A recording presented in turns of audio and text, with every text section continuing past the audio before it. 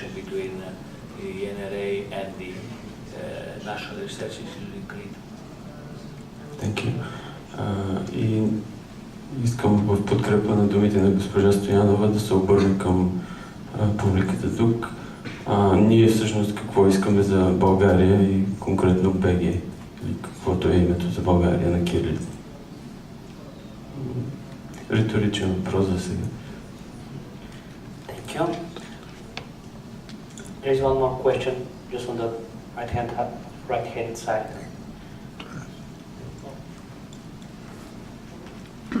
I think there was one question. Аз искам само да питам, държавната администрация ще премине ли към БГ, ако го дадат БГ? Това е първото. И второто, след като борбата е за двата символа, защо да не се бориме за единичния символ? Само за Б, да речем, тъй като там усещам, че няма конкуренция особено. Така, това е договора, който искам да попитам. Най-важно е за мен държавната администрация ще мине ли на БГ, ако утре да вземат да го дадат. Говоря, за съжаление. Нещо, което... аз се надявам, че има достатъчно много хора в България, които биха се улеснили от това да имат възможността да изписват изцяло името на уебсайтовете на български език. Защото все пак това е единствения начин да се запази една културна идентичност, когато запазиш съответния език. Това е нещо, за което си струва да се борим. А вече доколко ще бъде ползвано,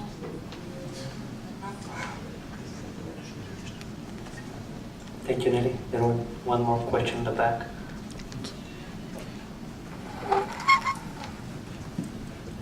Да, Васил Петев отново. Един коментар и един въпрос. Коментара засяга това, че .bg е само първата стъпка към един доста тежък процес. Следващата стъпка най-вероятно ще е .com на кирилица. Дали ще отиде в Русия или при нас, или при сърбите, .biz на кирилица и така нататък. .bg е първата много важна стъпка и според мен трябва да се борим да си го вземе. Въпросът е къде може да си представим коментарите за вашата среща януари месец, така че да преборим ICANN и ако имаме предложения, така че да ви ги дадем и да ви помогнем в тази борба. Мерси. разбира се, че основно през вебсайта на Министерството, но за да ви улесним, ще направим така, че да има специална рубрика, която да ви улесни. Иначе, аз за кратко време престанах да бъда член на ГАК, тъй като решихме в един момент, че най-добре е да предложим по-високо ниво. Нашия бивш заместник-министър беше всъщност все още член на ГАК от март месец насам. Много скоро, вероятно, ще пуснем ново писмо и ще стане отново аз член на ГАК. Това са публични координати, контакти, т.е. там има и личния ми имейл и телефони, но това не е най-добрият начин и може би наистина ще инициираме някаква възможност да си контактуваме по-лесно през уебсайта, особено сега, когато с тази нова процедура за gTLD-тата ролята на ГАК се издига доста, защото чрез ГАК бихме могли да възразяваме срещу имена на домейни, които считаме, че накърняват нашите, т.е. противоречат или използват наши наименования с културно-историческо значение. Благодаря за това. Наистина смятам максимално бързо да реагираме.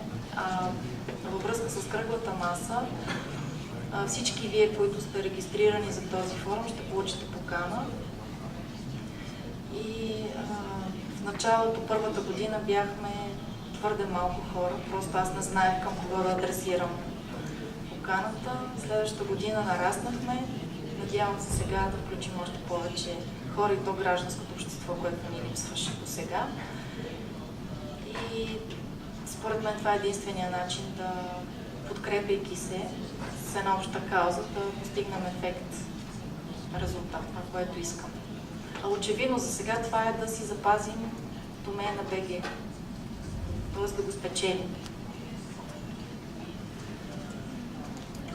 If there are any questions more, because we are past timeline, I'd like to close this panel.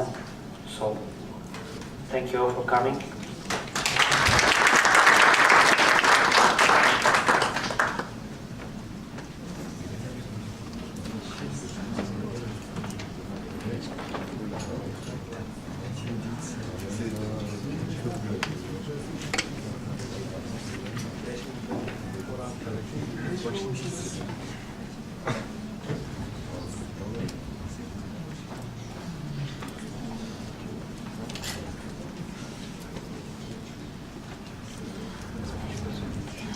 Продължаваме с презентацията на Сергей Горбунов, Русцентър.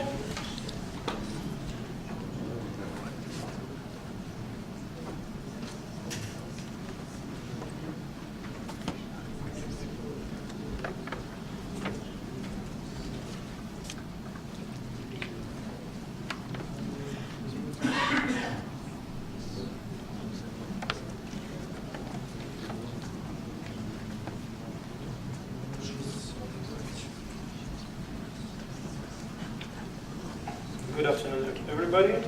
My name is Sergei Garbunov.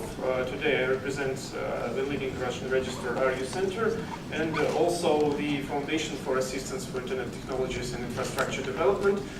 This organization is responsible for .Moscow at the moment, and I will give you a brief introduction of the project. Next slide, please. So first of all, some words about the foundation itself. It is a non-profit organization based on a multi-stakeholder model. It includes governmental representatives, community representatives. So .Moscow is the first project of the foundation, but not the only one. We also plan to, within the foundation, we also plan to develop Russian cultural and linguistic internet domains, and also Russian geographical domains for cities and regions, for Russian cities and regions besides Moscow. Next slide, please. So some words about .Moscow. The project was started in 2010 by the leading Russian register RU Center. In 2011, the foundation became responsible for the project as an organization that will help us to involve all interested parties in the process. We plan to implement two domains for .Moscow, for Moscow in ASCII, and as well .Moscow in Cyrillic that sounds like .Moskva. So for us, it is a pilot project. We hope to get necessary experience in gTLD management and implementation, and then we plan to extend this experience on other Russian cities and regions. Next slide, please. So why we decided to implement .Moscow? First of all, we suppose that .Moscow will help to enhance the city awareness in the internet. Also, it will help to create the brand of the city in the web. It will be a useful tool for websites related to Moscow, because it is quite a good label, clear label, that shows that some website is related to Moscow, and of course this thing will help to promote this website and to attract additional target audience on it. In the long run, we suppose that Moscow will become a good promotional tool for Moscow businesses. For example, on .Moscow domains could be placed websites that regard tourist opportunities of Moscow, and in the Cyrillic .Moskva could be placed websites of Moscow governments related to some, for example, electronic governmental services, etc. So we hope that with the implementation of .Moscow, new services will appear related to Moscow, new online services, and thus .Moscow will give a boost for internet technologies development in Moscow. And in the long run, of course, all these things should enhance the attractiveness of the city for investors and so on. Next slide, please. What we've done to the moment, we've launched an official website of the project. It is available both in English and in Russian on the following link. Also, we organized several stages of signatures collection in support of the project. We held some stages of signatures collection offline on main local IT events and during Moscow birthday celebration. Also, the collection of signatures is going online on the official website of the project, and at the moment we have about 17,000 signatures in support of the project. Also, we do a lot of promotions in support of the project targeted at ordinary users as well as professionals as well as internet community. And we finally got the official governmental support. We have a letter of support from Moscow government that gives us an ability to apply for .Moscow in ICANN. So 1 year ago we've joined .Cities interest group, and we share with the group with our experience of .Moscow implementation, and at the moment we are in the process of preparation of an application to ICANN. Next slide, please. So here you can see some photos from our actions promoting the domain. These actions were targeted at end users, at ordinary Muscovites, and by these actions, by organizing these actions, we tend to make the domain well known, to make it popular to the moment when it appears. Next slide, please. So, why do we think the project will be successful? First of all, we know that Moscow is the biggest and most developed city in Russia. It has a population of about 12 million people. The number of companies located in Moscow is greater than anywhere else in Russia, and you can see figures about 40% of .ru domains is registered in Moscow or in Moscow region. In figures, it's about 1.4 million domain names. So you can see there is a market for .Moscow, and we plan to develop this market, making a price on .Moscow competitive for .ru price, and we suppose that that will give us a success, and we could develop the market, we could make .Moscow popular and widespread. Next slide, please. As I said before, at the moment we are working on application for ICANN, and as a part of this application we devised a registration policy. We are still working on this policy, but some clue points of it are already defined. So there will be some names reserved for governmental usage. Also there will be some names, some second-level names reserved for further third-level registrations. For example, we will have .school.moscow second-level domain, and names in this domain will be available to schools. So, for example, if a school wants a domain.moscow, it will come to us, and we will register a domain that is similar to its official name or number. So the domain will exist only if school is officially exists. Also, there will be, on first stages of registration, we plan to make some priorities for Moscow residents. For example, during sunrise, the priority will have trademark owners from Moscow. Also, maybe some priorities will be during the land rush, but it is still a point of discussion.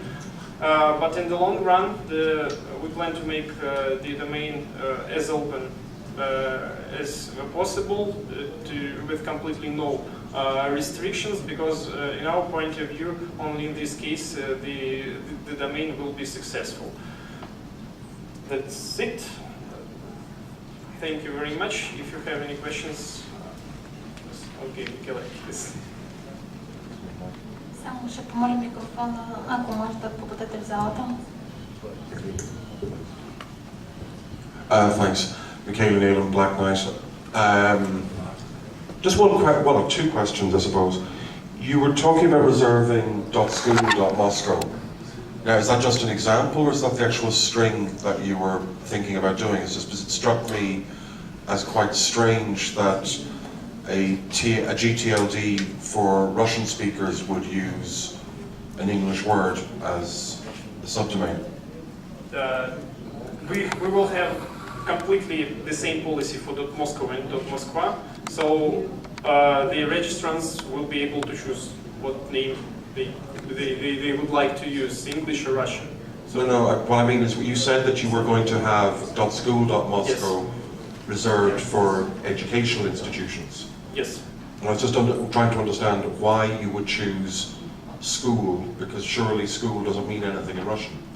Yes, but in Russian for IDN, yes, for IDN .moskva, it will be shkola.moscow, and it means something in Russian. So okay. yes, so the school will be maybe it's an English school, yes, you know. So that's it. Okay. Any questions?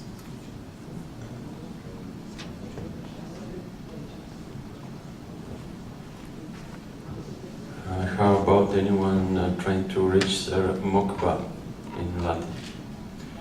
Yes, there are some thoughts on this, but finally we had some discussions with ICANN representatives, and they said they might not be a problem. So finally we decided to apply for .mokba as well, because in English it doesn't mean anything, you know.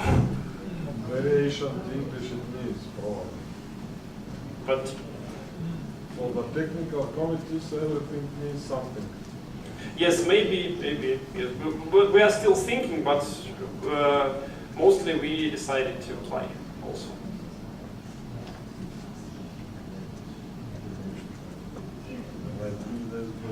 So thank you for the presentation.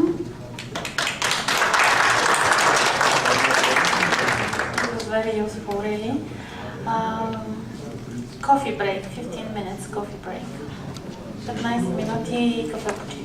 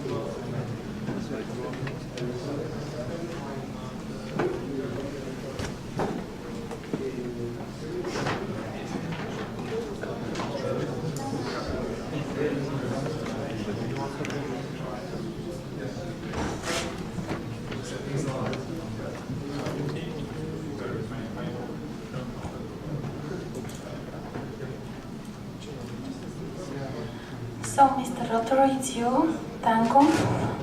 Thank you. Okay, I think this should work now.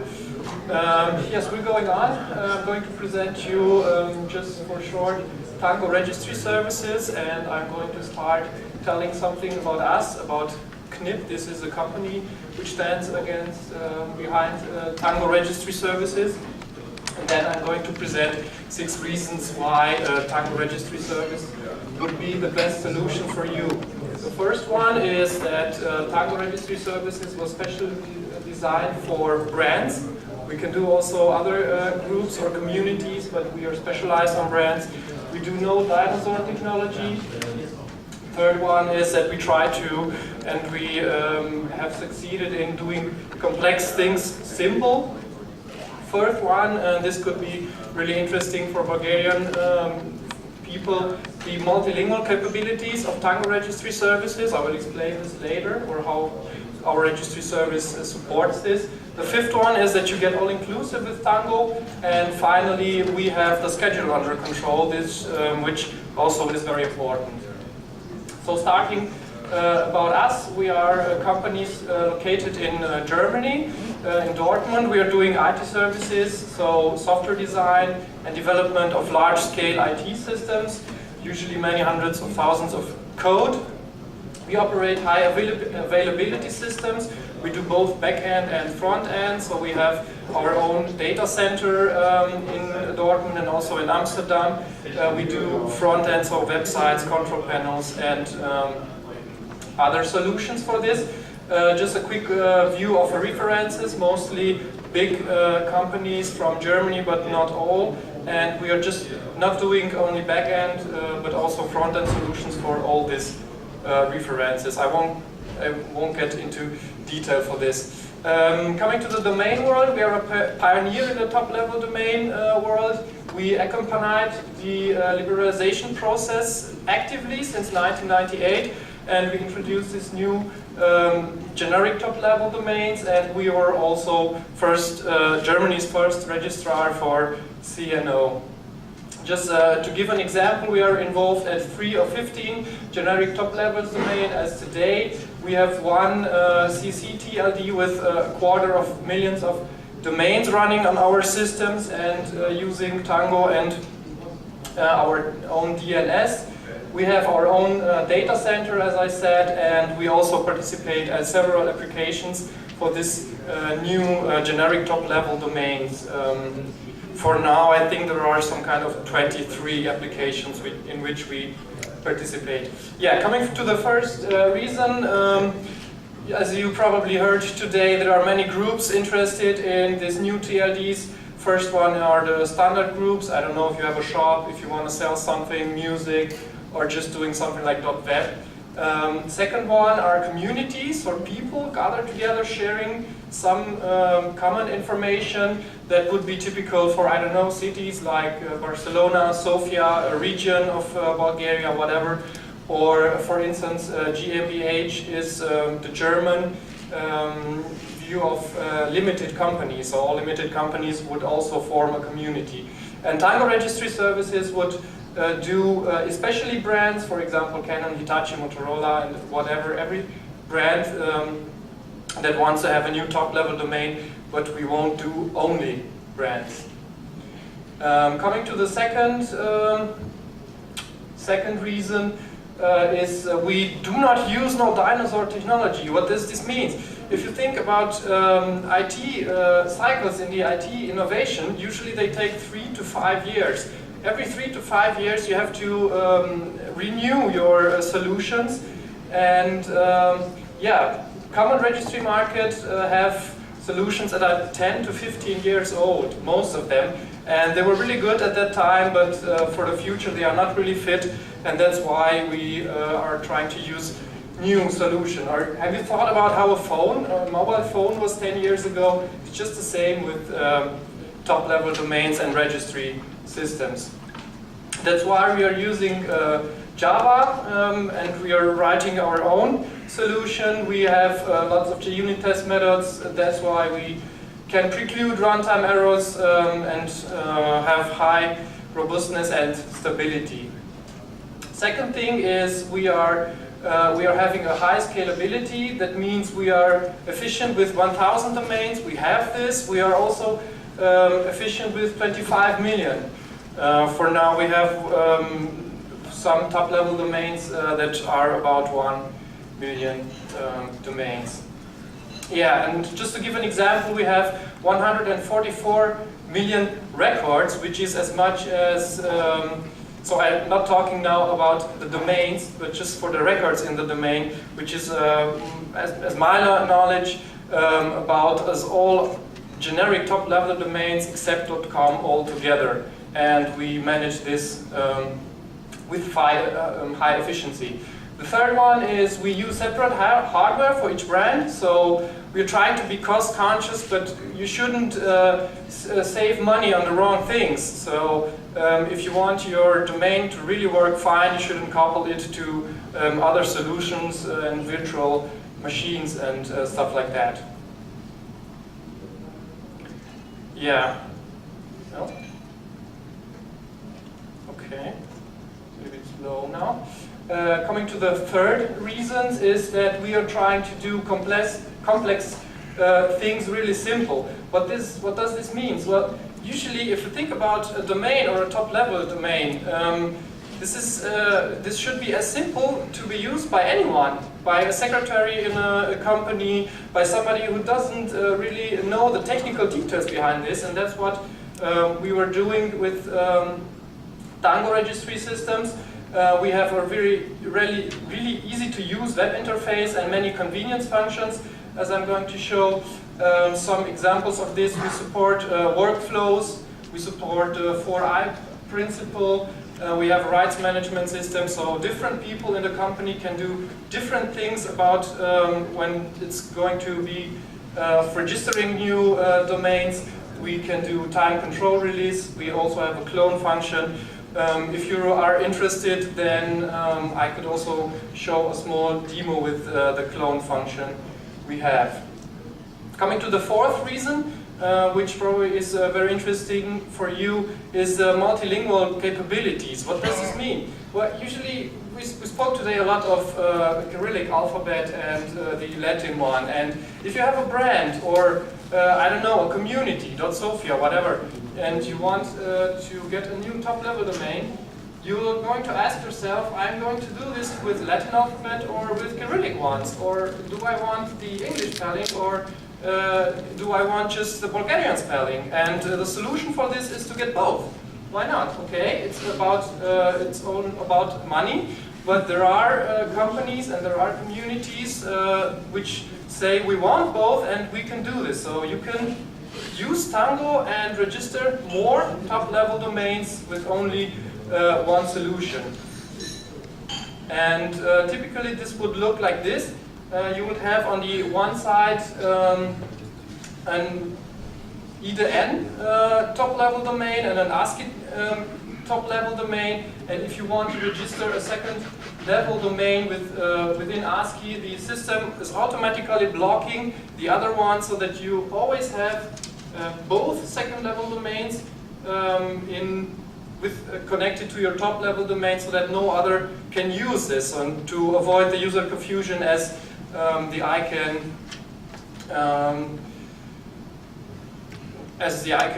is suggesting it. The third one is you would have all in one hand, so you get 50% discount for the second top-level domain. This will only be on the price of Tango, not on the ICANN application. If you want to apply for both, you would have to pay both fee for ICANN. We would also have bundles and automatic registrations if desired. So the solution can also combine the Cyrillic and the Latin style top-level domains. Okay, the presentation is now just a little bit slow. Coming to the fifth one is you get all-inclusive with Tango. That means we have full service. We do operate according to European law. We do data escrow as provided by European law. The data remains within the European Union. We have our own DNS service, Iron DNS. Every software is written by us yeah, you have monitoring 24/7, we are ICANN compliant, and the smallest package you can get is of 10,000 domains, which is, yeah, most of the brands, 90% of them is just enough for covering their needs. We also have answering templates for the TIS, which we already showed this morning what is, and the pre-delegation test for your application. Yeah, I would also skip this one, I think. Yeah, no additional cost for everything else, just the overall fee. And the sixth reason, you have to keep in mind that the countdown is running. You only have a few months now to apply for the new top-level domain, and as far as we know, decisions are always taken late. You always think about it, how can you do, you have to build up a business plan, and that's why, okay, so June 20th, the ICANN approves the application procedure. On January the 12th, the window will be opened, and then on the April 12th is closing the application window by ICANN, and you can opt for Tango as of 9th of April. So 3 days before closing the window, if somebody wants to apply for a new top-level domain, they can choose Tango, and we could still help you to get your new top-level domain. Yeah, so that would be it for me. And questions? Thank you. Please. Questions? Thank you, Grigorgac. I'm curious, do you have a procedure for striking down domains registered by spammers? Just curious. This is a very technical question. I have to admit that I'm not quite sure about it, but I would say we do. If you give me your email or your card, I would just I could write you and tell you more about how we do this. But I cannot admit that I know that it's this way. Thank you very much. Okay, if there are any other questions, I'm here until the end, so you can just come and ask. Thank you. Thank you as well.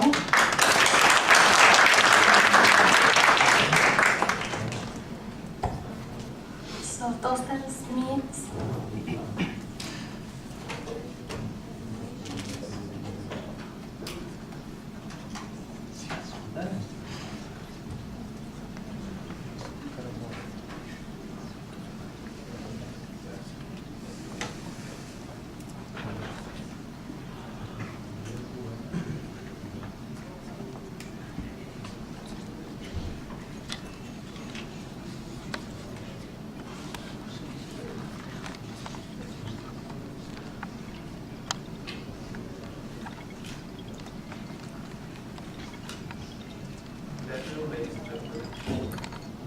Good afternoon, ladies and gentlemen. My name is Torsten Smeets. I'm COO of Key Systems.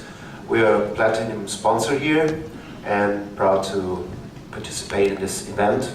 I would like to talk about the new role of registrars in the new gTLD era. And first I would like to start asking you guys, are we seeing registrars in the room? Who's a registrar? Michele? 1, 2, 3, 4. Okay. I hope that the others stay.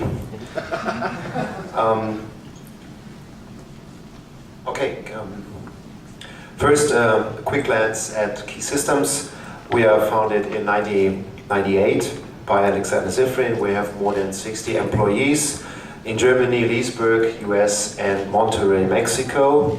We have 3 different portals: domain discount for end customers, RP proxy for resellers, and Brand Shelter, which is a corporate domain portal. We have in total more than 1,800 resellers and 70,000 end customers at domain discount. We serve the leading registrars in the world, mostly with ccTLDs, as they have their own gTLD accreditation. We serve pretty much every top-level domain that is available. but only 280 are fully automated. The others we can support with our fulfillment team manually. We have our own Tier 3 data center, and we've also been a registry for 3 years. That was Congo, Democratic Republic of Congo. And of course you can talk to us through various API connections. We have highly qualified personal support for you. You can reach us by email and telephone. And that was just a quick glance at my company. I would like to talk about the new role of registrars today. We hear so much about the changes that are coming to us, and I think the registrars play a very important role in that. What I would like to point out is that domain business is just a business. We tend to just think about us as a niche market, but in general we are just a business with producers, a trade chain, and customers. And we all know the producers are the registries. We have in between the registrars and resellers, and a registrar at the end of the chain.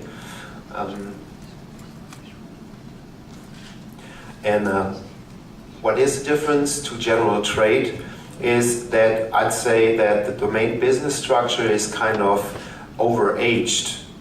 Because when you look at the classical retail and trade market, let's say food trade or consumer goods, that differs a lot from the domain business. The classic trade had a development in the early 80s, or starting already in the late 70s. There was a shift from power that went from the producers to the retail section. And producers right now have to buy rack space from retail to see their products in the shelves. And retail stores even produce their own brands. So trade and retail became much more stronger than the producers. And this is a development that we didn't see in the domain market. Therefore, I'd say it's overaged. Our industry still depends on monopolies. Is someone here from VeriSign? No. There's still little retail power in the market, but we have these strong producers, and we have a rather weak wholesale level, except a US registrar with more than 40 million domain names under management. The marketing is also different. The registrars, as a trade and a sales channel, we pretty much depend on the registry offers. We can only sell a fixed set of domain names. It's the 21 gTLDs that we have. We do not serve every one of them. .gov is not available. .museum is not selling pretty good. But it's a mandatory portfolio that every registrar that is ICANN accredited can offer, and every customer is expecting to see these extensions. And the power of the producers can be seen when we look at the price increases that we saw in the past years. Frankly, there was no economical reason to increase the price, but they had the power to do so. What we see now is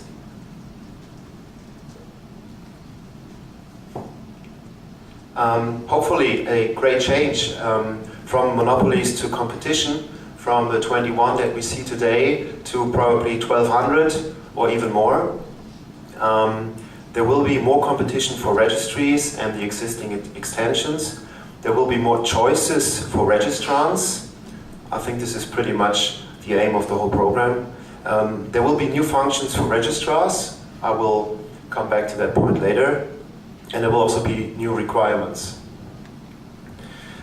So in this new gTLD world, we have challenges for all players. We have the new role of the channel. We have the repositioning of registries. We will see new choices and decisions that will be made by registrants. Just think of private registrations. Customers will ask you, which extension should I register? Should I use my national extension? If I have a shop, should I use a .shop or a .web address? Should I use a .com? And also businesses and corporates will have questions. can we still register our defensive registrations, or do we have enough money to do so? I mean, pretty much they cannot register 1,200 extensions.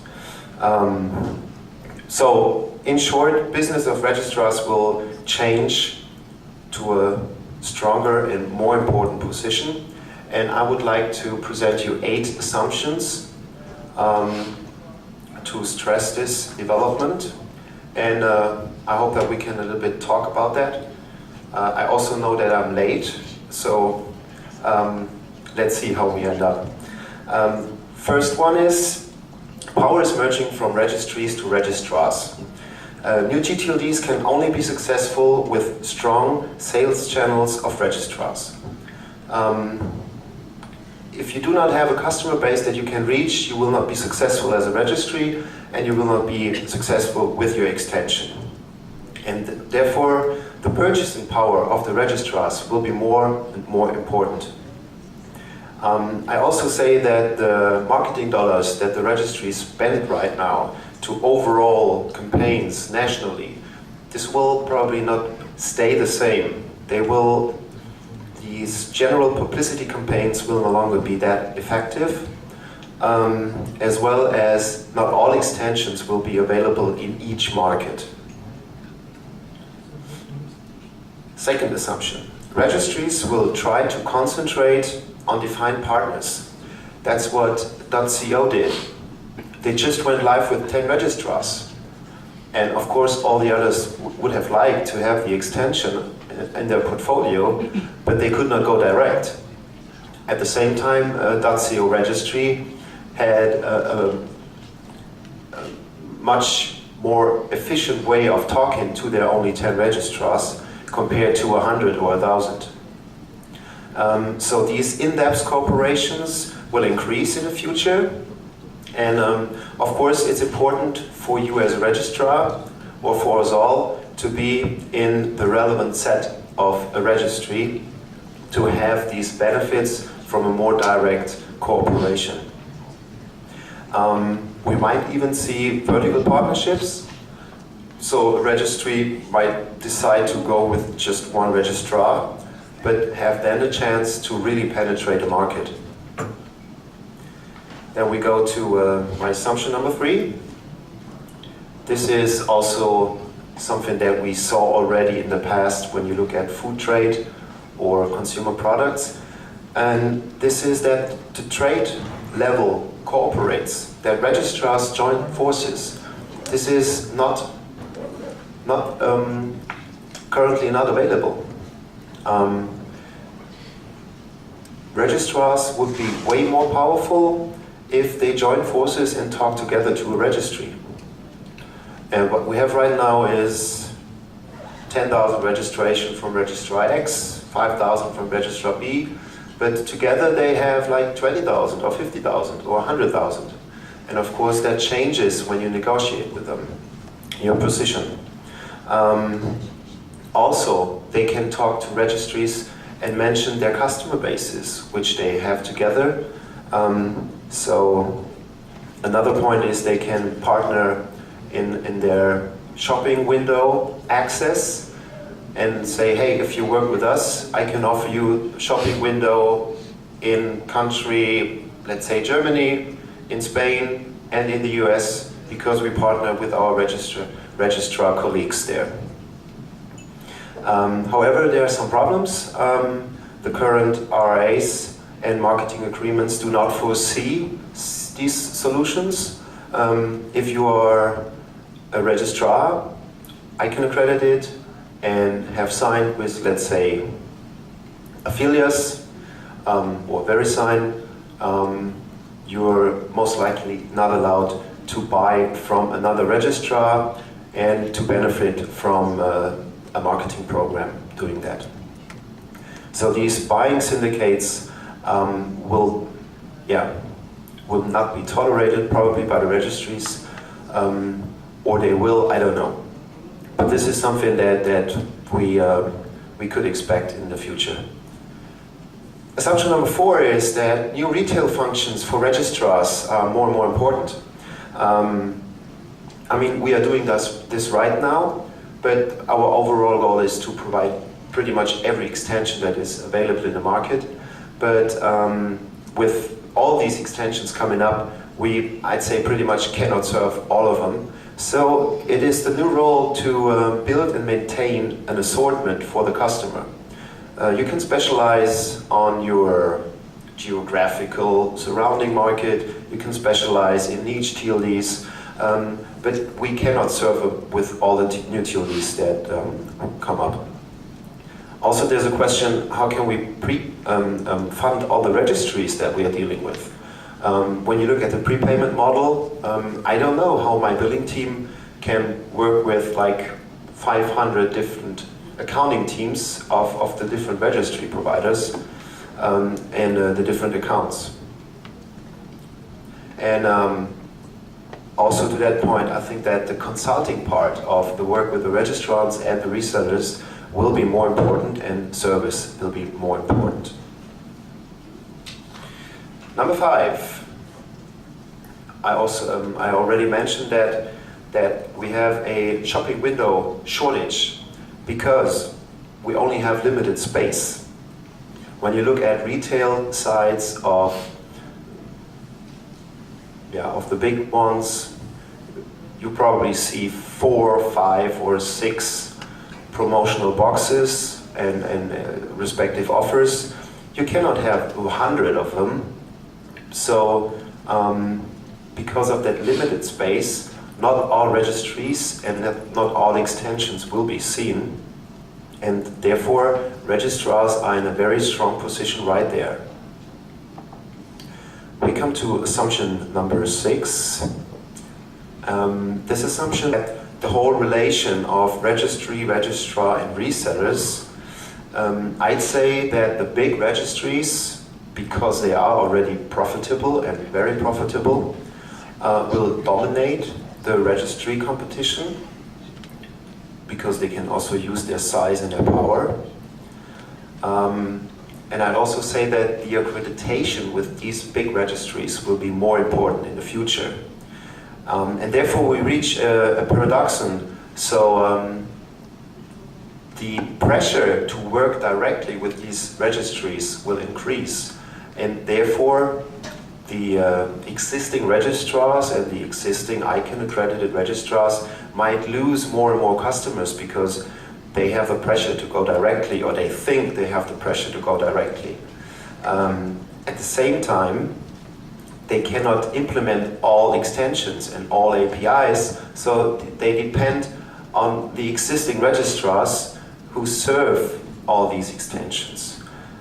So between A and B, there is this paradoxon, and I don't know how it will turn out to be solved. But I'm quite sure that more and more resellers will have multiple suppliers to be well served, and to have a big portfolio for their customers.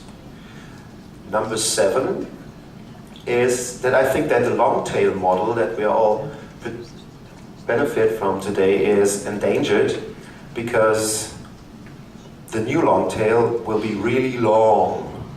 I mean, if you serve 1,000 extensions, you cannot expect that you sell every one of them every once in a while.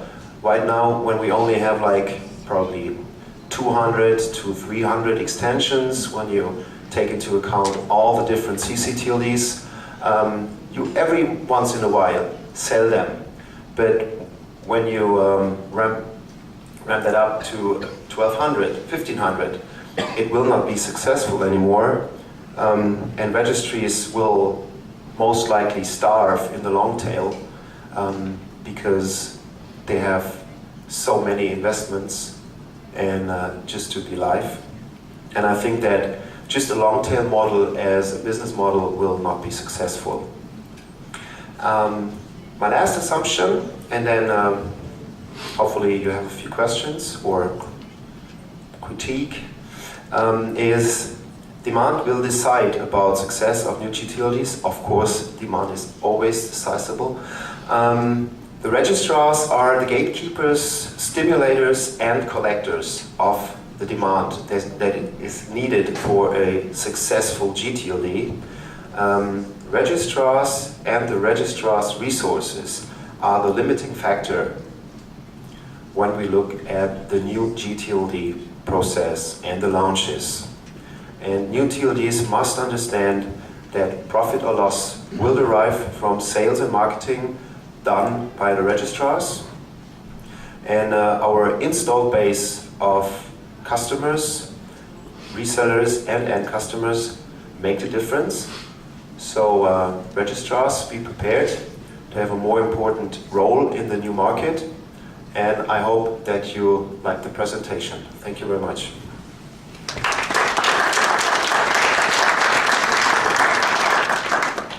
Thank you as well.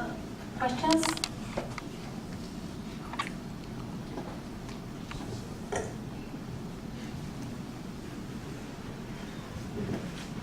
Николай Блуско се казвам, искам да попитам, може би трябва да ми дадете слушалки.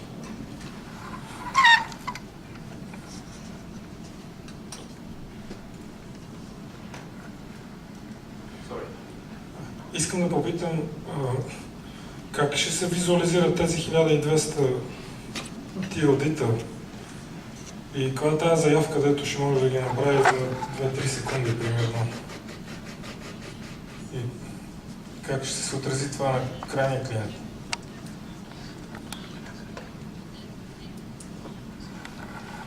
Okay, when I said 1200 new gTLDs, I don't know the number. It could be only 500, it could be 2000.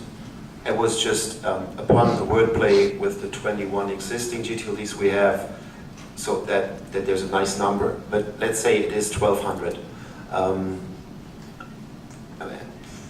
First, they will not be launched all together at once.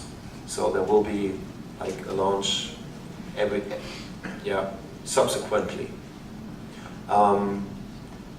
Then I don't know how fast registrars can implement these extensions. Of course, if they come from the big ones, Affilius, VeriSign, Newstar, I don't mention the competitors among those, they are most likely implemented sooner. And I don't know the reaction of registrants. Is that what you asked? Or... Да, как ще се подредят 1200 отговора на дадена заявка? Да, за търсене на свободен домен, например. И ако някой от регистритите го няма, какво става? Трябва да има някакъв тайм-аут. Това винаги ли ще е хубаво нещо? Аз мисля, че твърде много gTLD-та ще бъде добре. Yeah, that's exactly the point, and I think the last slide I had, my assumption number 8 is demand drives the business. If I get demand for a certain TLD, I will rank it in my search results. If there's no demand, I will not list it in my offers. That's what I was talking about. The registrars will have the new role to build a portfolio, to build a set of TLDs that we are offering, and we will not sell them all, and you will not see them all. And how we technically speed up the search result process, I don't know. We right now have 300 extensions, and they come up quite quickly, and I think it's also possible with 1,000.